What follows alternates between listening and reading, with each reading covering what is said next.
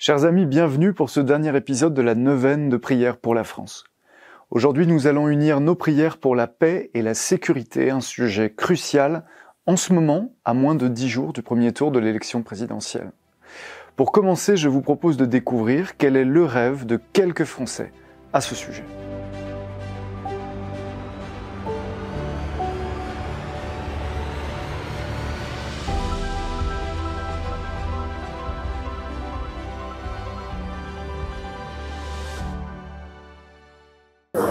Sur la paix, et mon rêve, bien sûr, c'est plus que tout, qu'on puisse vivre ensemble et que la paix soit partagée par tous, ce qui est loin d'être le cas, et qu'en effet, en ce moment, les informations ne nous rassurent pas.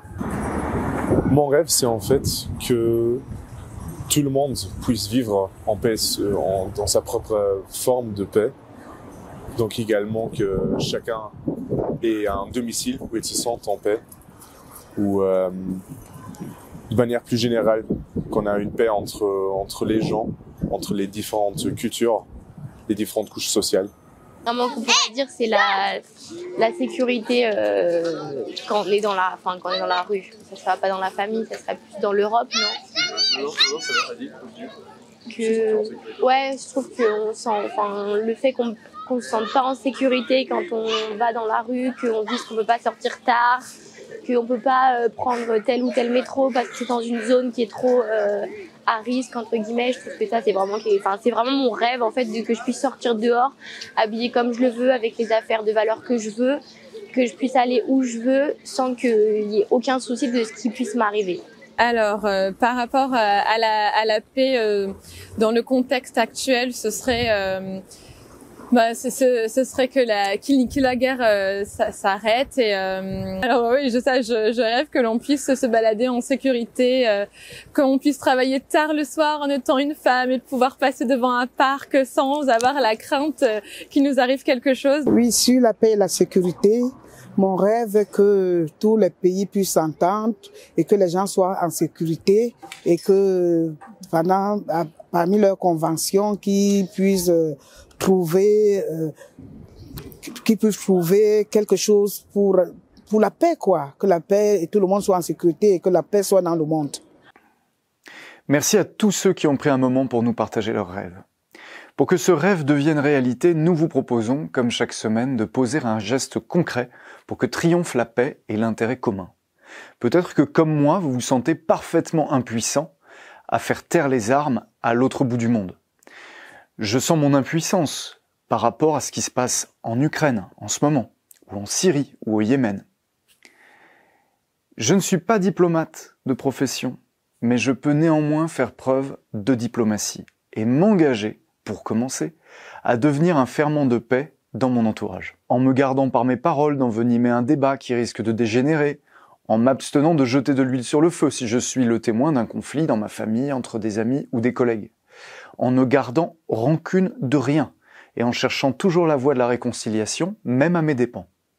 D'où vient la violence ? Le Christ nous rappelle au chapitre 7 de l'évangile de Marc que c'est du cœur de l'homme que sortent les pensées perverses. Inconduite, vol, meurtre, adultère, cupidité, méchanceté, fraude, débauche, envie, diffamation, orgueil et démesure. Elle est là, cette violence. Tout ce mal vient du dedans, nous dit Jésus. Alors ne laissons pas déborder de notre cœur la violence qui y couve. Prenons la ferme résolution de ne pas nous mettre en colère pour un bruit, une bousculade ou une remarque méprisante. Prenons patience. Supportons avec calme et douceur ce qui nous préoccupe et discernons quelques instants. Cela mérite-t-il vraiment de s'emporter ? Apprenons à nous réjouir de ce qui est bon et à supporter le loyer de l'existence, les contrariétés que nous ne pouvons pas éviter. Je vous invite à prier avec moi. Ô Marie, Reine de la paix, dissipe les ténèbres de la jalousie, de la haine et de la vengeance qui obscurcissent le cœur des hommes. Ô Marie, Reine de la paix, ouvre l'esprit et le cœur de tous à la confiance et au pardon. Ô Marie, Reine de la paix, obtiens pour tous tes enfants le don précieux de la paix dans nos cœurs et dans nos familles. La paix dans les communautés et entre les peuples. la paix entre les nations livrées à la guerre et à la mort.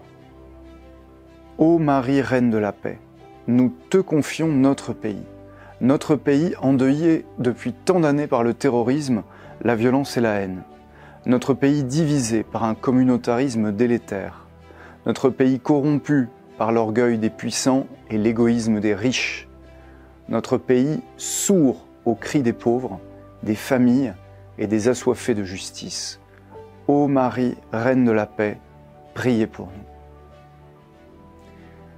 Je vous salue Marie, pleine de grâce. Le Seigneur est avec vous. Vous êtes bénie entre toutes les femmes, et Jésus, le fruit de vos entrailles, est béni. Sainte Marie, Mère de Dieu, priez pour nous pauvres pécheurs, maintenant et à l'heure de notre mort. Amen. Mes chers amis, je vous remercie de nous avoir suivis cette semaine pour ce dernier épisode de la neuvaine et je vous souhaite bon courage pour accomplir à votre tour un geste concret en faveur de la paix. Que le Seigneur vous comble des dons de son esprit, en particulier du don de force qui vous nourrira pour relever au quotidien le défi de la paix. Restons unis ensemble dans la prière au long des quelques jours qui nous séparent du premier tour de l'élection présidentielle et prions particulièrement pour les pays en guerre. Je vous remercie.